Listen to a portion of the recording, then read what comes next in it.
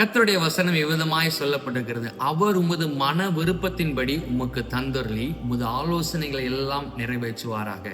நம்முடைய வாழ்க்கையில தேவன் நமக்கு இந்த காரியத்தை செய்தால் நன்றாக இருக்கும். இந்த காரியம் என் குடும்பத்துல என் பிள்ளைகளுக்கு நான் எதிர்பார்த்திருக்கிற காரியத்திற்கு தேவன் இதை செய்தால் நன்றாக இருக்குமே, இன்னும் நான் ஒரு அற்புதத்தை காணவில்லையே, எல்லாம் தாமதமாகி கொண்டே இருக்குன்னு ஒருவேளை காத்து கொண்டிருக்கிறீர்களா?